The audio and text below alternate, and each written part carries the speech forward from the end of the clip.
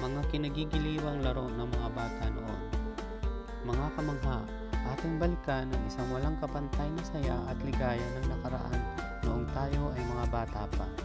Hindi pa uso noon ang internet, cellphone, social media, mobile legend, at mga online dating. Ang tanging mapaglilibangan lamang noon bukod sa TV ay ang maglaro sa kalye o labas ng bahay. Ngunit sa isang simple at payak na aktibidad o laro noon ay talaga namang hindi mapapantayan ang mga ngiti ng mga bata sapagkat malaya silang nakikiisa o nakikisalamuha sa bawat bata o kalaro. Ang mga laro noon ay ginagamitan ng pisikal at mentalidad na galing ng bawat bata. Hindi baling mapagod, mga may pawis at kung minsan naman ay nagkakabungang araw at nagkakasugat dulot ng pagkadapa.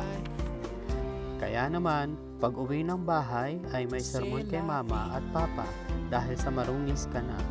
Ikaw kamangha, alin sa larong pambata noon ang na-experience mo na? Pakishare sa comment at malay mo, isa ka sa mapili ko at i-shoutout kita sa next video. Please, don't forget to subscribe.